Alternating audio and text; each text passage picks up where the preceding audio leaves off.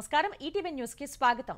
తెలంగాణలో పాలకులు ప్రజల మధ్య ఇనుప కంచెలు తొలగిపోయాయని పౌర హక్కులు ప్రజాస్వామ్య పాలనకు నాంది పలికేలా ప్రజలు తీర్పునిచ్చారని గవర్నర్ తమిళిసై సౌందరరాజన్ పేర్కొన్నారు। తెలంగాణ 3 అసెంబ్లీ తొలి సమావేశాన్ని ఉద్దేశించి ప్రసంగించిన ఆమె కొత్త ప్రభుత్వానికి శుభాకాంక్షలు తెలిపారు। ఇటీవలి ఎన్నికల తర్వాత నియంతృత్వ పోకడల నుంచి తెలంగాణకు విముక్తి లభించిందని పేర్కొన్నారు।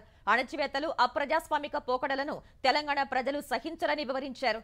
9.5 ఏళ్లలో తెలంగాణలో వ్యవస్థలు విధ్వంసానికి గురయ్యాయని గవర్నర్ తెలిపారు। కాళేశ్వరం ప్రాజెక్టులో భాగంగా మేడిగడ్డ అన్నారం బ్యారేజీల్లో అవినీతిపై విచారణ జరిపిస్తామన్న ఆమె కార్పొరేషన్ల పేరుతో విచ్చలవిడి రుణాలతో ఆర్థిక పరిస్థితి దివాళా తీసిందన్నారు। ఆర్థిక క్రమశిక్షణ తెచ్చి ప్రజలకు సంక్షేమ పాలన అందించడమే లక్ష్యమన్నారు।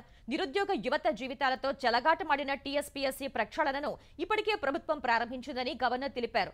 6 నెలల్లో మెగా డిఎస్సీ ఏడాదిలోపు 2 లక్షల ఉద్యోగాల భర్తీకి చర్యలు తీసుకుంటుందన్న ఆమె భూ సమస్యల పరిష్కారానికి ధరణి స్థానంలో భూమాత పోర్టల్ తెస్తామన్నారు। ఎన్నికల్లో ఇచ్చిన 6 గ్యారంటీలు సహా హామీల అమలుకు కట్టుబడి ఉన్నట్లు పేర్కొన్నారు। గవర్నర్ తమిళిసై ప్రసంగంలో తెలంగాణ అభివృద్ధి సంక్షేమ పథకాల గురించి స్పష్టత లేదని భారాస ఎమ్మెల్యే కడియం శ్రీహరి ఆక్షేపించారు। గవర్నర్ గతంలో మాట్లాడింది ఇప్పుడు మాట్లాడింది సమీక్ష చేసుకోవాలని సూచించారు। గత 10 ఏళ్లలో తెలంగాణ తిరోగమనంలో ఉందని గవర్నర్ ప్రసంగంలో చెప్పారని పంటల దిగుబడి విస్తీర్ణం పెరిగింది వాస్తవం కాదా అని ప్రశ్నించారు। వరి ధాన్యం ఉత్పత్తి 24 గంటల విద్యుత్ అందించింది సత్యం కాదా అని నిలదీశారు।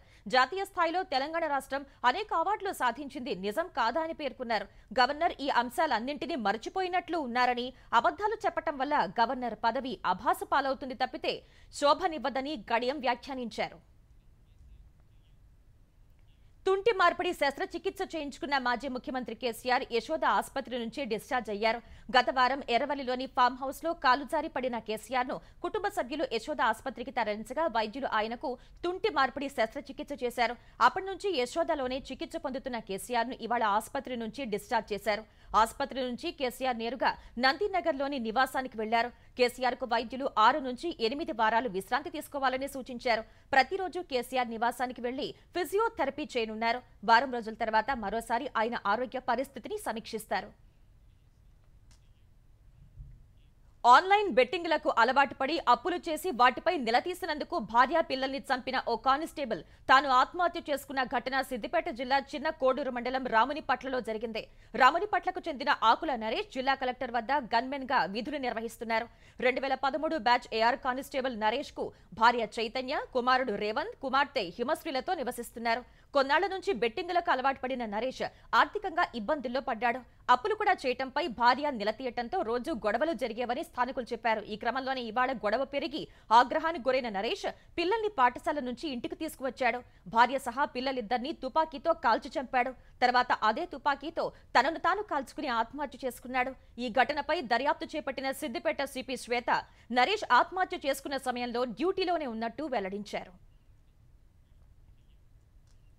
ఆంధ్రప్రదేశ్ సీసీటీవీ సర్వేలెన్స్ ప్రాజెక్టుతో పాటు జిల్లాల్లో రియల్ టైం గవర్నెన్స్ సెంటర్ల ఏర్పాటు కోసం 552 కోట్ల రుణ సేకరణకు మంత్రివర్గం అనుమతి ఇచ్చింది।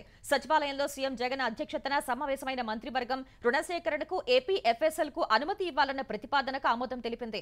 మధురవాడలో ఓ ప్రైవేటు విద్యా సంస్థకు 11 ఎకరాలు కేటాయించేందుకు అంగీకారం తెలిపింది।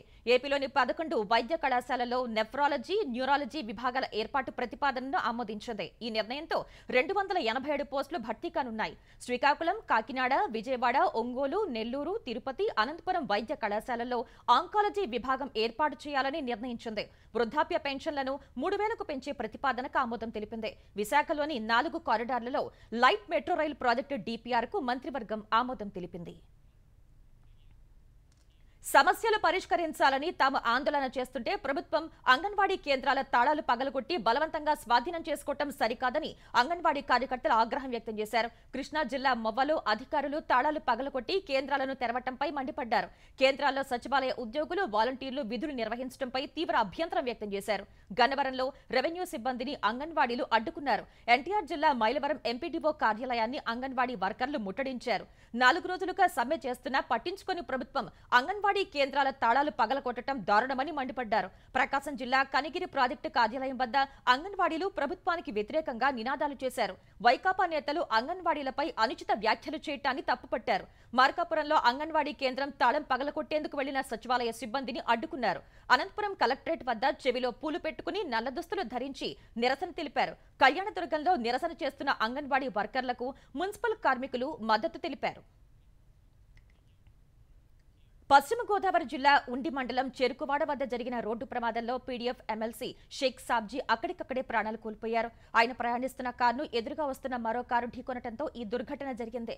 అంగన్వాడీ కార్యకర్తల సమ్మెలో పాల్గొన్న సాబ్జీ తిరిగి వెళ్తుండగా ప్రమాదం చోటు చేసుకుంది. ఈ ఘటనపై తీవ్ర దిగ్భ్రాంతి వ్యక్తం చేసిన ఆంధ్రప్రదేశ్ మంత్రివర్గం ఎమ్మెల్సీ షేక్ సాబ్జీ ఆకస్మిక మృతికి సంతాపం ప్రకటించింది. సాబ్జీ మృతి పట్ల ముఖ్యమంత్రి జగన్మోహన్ రెడ్డి, మంత్రులు దిగ్భ్రాంతి వ్యక్తం చేశారు. సాబ్జీ మృతిపై దిగ్భ్రాంతి వ్యక్తం చేసిన తెలుగుదేశం అధినేత చంద్రబాబు, ఆ పార్టీ జాతీయ ప్రధాన కార్యదర్శి లోకేష్ కుటుంబ సభ్యులకు సానుభూతి తెలిపారు. శాసన మండలిలో వినిపించే ప్రజల గొంతుక మూగపోయిందని, ఉపాధ్యాయుల హక్కుల పోరాట యోధుడిని కోల్పోయామని వారు వ్యాఖ్యానించారు. లోక్సభలో అలజడి రేపిన ఘటనలో కీలక నిందితుడు లలిత్ ఝా విచారణలో కీలక అంశాలు వెల్లడించినట్టు తెలుస్తోంది. ఈ ఘటనపై ఇప్పటికే తీవ్రవాద చర్యల కింద కేసులు నమోదు చేసి దర్యాప్తు చేస్తున్న పోలీసులు ప్రధాన సూత్రధారిగా అనుమానిస్తున్న లలిత్ మోహన్ ఝా లొంగిపోవడంతో అతడి నుంచి వివరాలు సేకరిస్తున్నారు. లోక్సభ ఘటన తర్వాత రాజస్థాన్లోని కూచ్మన్ కు పారిపోయిన లలిత్ అక్కడ తన స్నేహితుడు మహేష్ తో కలిసి 4 నిందితుల ఫోన్లను తగలపెట్టినట్లు పోలీసులు తెలిపారు. పార్లమెంట్ సమీపంలో నీలం, అమూల్ ఆందోళన చేస్తుండగా చిత్రీకరించిన లలిత్ ఆ వీడియోను పశ్చిమ బంగాల్ కు చెందిన ఓ ఎన్జీఓ సభ్యురాలకు పంపినట్లు పోలీసులు ఇప్పటికే గుర్తించారు. ఆ వీడియోను వైరల్ చేయాలని లలిత్ తనకు సందేశం పంపినట్లు ఎన్జీఓ సభ్యురాలు పోలీసులకు తెలిపారు. రాజస్థాన్ పారిపోతూ ఆ వీడియోను ఇన్స్టాలో పోస్ట్ చేశాడని వెల్లడించారు. రాజస్థాన్ కూచ్మన్ లో లలిత్ కు ఆశ్రయం కల్పించిన మహేష్ అతడికి ఫేస్బుక్ స్నేహితుడని పోలీసులు గుర్తించారు. అతడు కూడా లొంగిపోయినట్లు వెల్లడించారు. ప్రస్తుతం ఈ కేసులో నిందితుల్ని ప్రత్యేక బృందాలు ప్రశ్నిస్తున్నాయి. లోక్సభలో భద్రతా వైఫల్యానికి సంబంధించిన ఘటనపై పార్లమెంట్ ఉభయ సభలు ఇవాళ కూడా దద్దరిల్లాయి. లోక్సభ ఘటనపై ప్రభుత్వ ప్రకటనకు డిమాండ్ చేస్తూ విపక్ష సభ్యులు చేస్తున్న ఆందోళనతో ఉభయ సభల్లో వరుసగా రెండో రోజు ఎలాంటి కార్యకలాపాలు సాధ్యం కాలేదు. ఈ ఉదయం 11 గంటలకు లోక్సభ ప్రారంభం కాగానే ప్రతిపక్ష ఎంపీలు ప్లకార్డులు పట్టుకుని నినాదాలు చేశారు. లోక్సభ ఘటనకు బాధ్యత వహించి హోంమంత్రి రాజీనామా చేయాలని డిమాండ్ చేశారు. ఆ ఘటనపై చర్చ జరగాలని నినాదాలు చేశారు. ఇద్దరు ఆగంతకుల్ని పాసులు జారీ చేసిన భాజపా ఎంపీపై చర్యలు తీసుకోవాలన్నారు. ఈ నినాదాల మధ్య సభను మధ్యాహ్నం 2 గంటల వరకు వాయిదా వేసిన స్పీకర్ తర్వాత ఈ నెల 18కి వాయిదా వేశారు. రాజ్యసభలో కూడా ఇదే పరిస్థితి నెలకొంది. లోక్సభలో భద్రతా వైఫల్యంపై విపక్ష సభ్యుల నోటీసుల్ని చైర్మన్ జగదీష్ ధన్ఖడ్ తిరస్కరించారు. ఈ నిర్ణయంపై ఆగ్రహించిన విపక్షాలు చర్చకు పట్టుపట్టగా తొలుత మధ్యాహ్నం 2 గంటలకు వాయిదా పడిన సభ తర్వాత సోమవారానికి వాయిదా పడింది. ఉభయ సభల్లో సస్పెన్షన్ గురైన ప్రతిపక్ష ఎంపీలు పార్లమెంట్ ఆవరణలోని గాంధీ విగ్రహం వద్ద మౌన దీక్ష చేశారు. ప్రభుత్వానికి వ్యతిరేకంగా ప్లకార్డులు ప్రదర్శించారు. తొలుత పార్లమెంట్ భవనం మకరద్వారం వద్ద ఆందోళన చేసిన ఎంపీలకు Congress parliamentary party chairperson Sonia Gandhi మద్దతు పలికారు. లోక్సభలో భద్రతా వైఫల్యంపై చర్చ జరపాలని ఉభయ సభల్లో ఆందోళన చేసినందుకు లోక్సభకు చెందిన 13 మంది ఎంపీలు, రాజ్యసభకు చెందిన డెరెక్ ఒబ్రైన్ పై సస్పెన్షన్ వేటుపడింది. లోక్సభలో భద్రతా వైఫల్యంపై టీవీ ఛానళ్లకు ఇంటర్వ్యూలు ఇస్తున్న హోంమంత్రి అమిత్ షా పార్లమెంట్లో ప్రకటన చేసేందుకు ఎందుకు వెనుకాడుతున్నారని కాంగ్రెస్ అధ్యక్షుడు మల్లికార్జున ఖర్గే ప్రశ్నించారు. భద్రతా వైఫల్యంపై ప్రశ్నించిన ఎంపీలపై అక్రమంగా సస్పెన్షన్ వేటు వేయటం ఎక్కడి న్యాయమని సామాజిక మాధ్యమం ఎక్స్ లో ఖర్గే నిలదీశారు. లోక్సభలో భద్రతా వైఫల్యంపై హోంమంత్రి ఓ ప్రకటన చేయాలని, ఈ అంశంపై ఉభయ సభల్లో చర్చ జరగాలని ఇండియా కూటమి పార్టీలు డిమాండ్ చేసినట్టు చెప్పారు. ఎంతో తీవ్రమైన జాతీయ భద్రతపై గళమెత్తడం ప్రతిపక్షంగా తమ బాధ్యత అని ఖర్గే స్పష్టం చేశారు.